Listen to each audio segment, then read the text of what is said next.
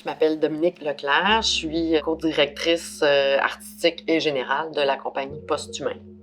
Donc, c'est une compagnie de création qui s'intéresse beaucoup à l'impact des nouvelles technologies sur l'individu, sa société. Je suis vraiment surtout en désaccord avec l'idéologie dominante qui entoure les nouvelles technologies. Dans le travail, c'est extrêmement difficile pour moi d'utiliser des outils éthiques et pourtant, il y en a. Je me demande comment on peut instaurer une espèce de cyber-hygiène dans notre façon de travailler.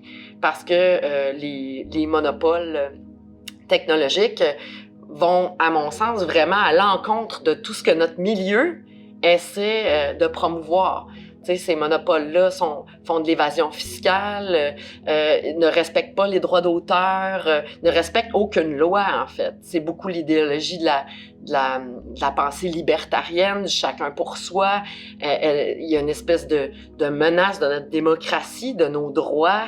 Ça touche tous les aspects de nos vies. Ça fait 20 ans qu'on leur laisse prendre beaucoup de place et on leur laisse imposer un modèle d'affaires qui est vraiment basé sur monétiser notre attention, monétiser nos données personnelles et on n'a aucune idée d'où se retrouvent ces données-là. Il y a des plateformes qui ont à cœur de vraiment rêver le numérique autrement. Elles sont plus éthiques. Il y a des organisations qui existent, qui essaient de faire les choses autrement. Et si, comme utilisateur, on ne va jamais cliquer, ben on les encourage pas. Il y a quand même des plateformes qui méritent notre attention, qui méritent qu'on les essaie. Je sais que collectivement, il y a des choses à faire au niveau légal. Premièrement, il faut qu'on parle de ces choses-là. Ensuite, il faut instaurer des lois.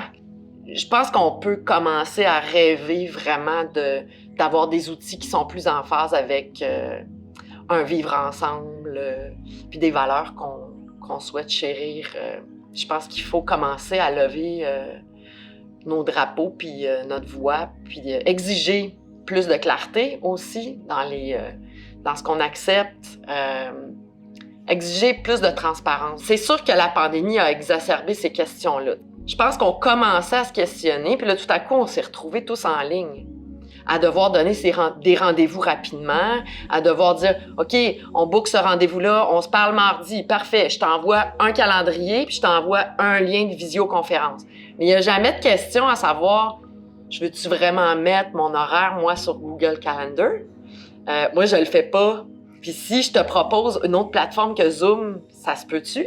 Fait que peut-être qu'on va entrer tranquillement pas vite vers une espèce de zone où on demande à l'autre « Toi, quel type d'outil tu utilises?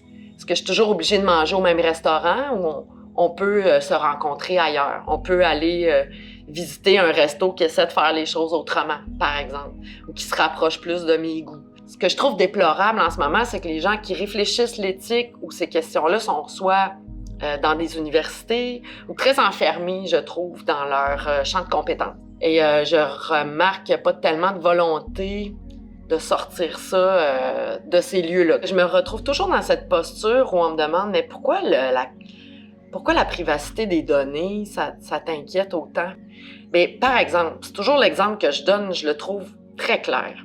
Supposons que je te demande d'imprimer chez toi, à la maison, tous tes relevés de banque, toutes tes conversations amoureuses, de mettre des photos de toi nu, peu importe, là, tu sais, tout ce qu'il y a de plus privé, là, tu sais. On prend du papier, là, tes journaux intimes de jeunesse, whatever, là, tout ce qui t'appartient, tu prends ça, tu mets ça dans un coffre.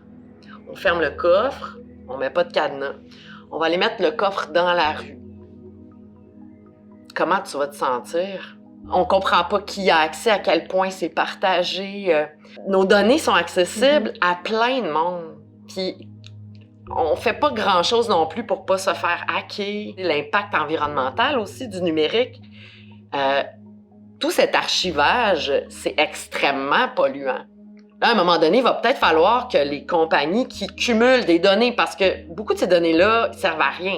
C'est juste en veilleuse, tout à coup, qu'à un moment donné, on en ait besoin puis que ce soit la chose qui rapporte. Il faut peut-être que les compagnies commencent à faire du ménage aussi et à libérer ces archives-là, comme nous, on pense qu'on le fait également. Ce qui est le plus polluant aussi du numérique, c'est pas nécessairement les centres de données. Évidemment, ça chauffe. Ça fait les centres de données, ça produit énormément de chaleur, puis ça bouffe beaucoup d'électricité, ça prend beaucoup d'eau aussi. Le plus dommageable, c'est nos appareils. Donc, il paraît qu'on aurait comme en moyenne 4 appareils par utilisateur. Mais ces appareils-là, quand ils sont terminés, ils se retrouvent, entre autres, dans des décharges en Afrique où ça produit des gaz extrêmement polluants. Comme consommateur aussi, il faut exiger que ces compagnies-là arrêtent la logique de l'obsolescence programmée, là. Je veux des machines qui se réparent. Ça suffit, là. Soyez en phase avec votre époque. Vous parlez d'innovation, soyez en phase avec ce dont le monde a besoin, des outils qui se réparent, des outils qu'on comprend, des outils qu'on est capable de programmer, des paramètres qu'on comprend, des choix. Tout est en train de communiquer et est-ce que ça vaut la peine? Puis aussi, on a pris le réflexe, on a adopté le réflexe que le numérique, c'est gratuit. Mes informations, ça vaut quelque chose, donc elles sont vendues. Il y a des compagnies de courriel qui peuvent garder confidentielles vos données. C'est vraiment pas le cas de Gmail. La douane américaine peut te fouiller là-dedans. C'est facile. Quelque chose qu'on peut faire, c'est d'exiger de ces compagnies-là qui nous rendent ça plus digeste et accessible. Les Amama, ces monopoles technologiques ont beaucoup plus de pouvoir que nos gouvernements actuels et ils ont droit à tout. En tout cas, ils n'ont pas beaucoup de questions de notre part. Et ça doit changer. Il y a vraiment de l'espace pour qu'on se concerte, qu'on reprenne possession de nous-mêmes, en fait.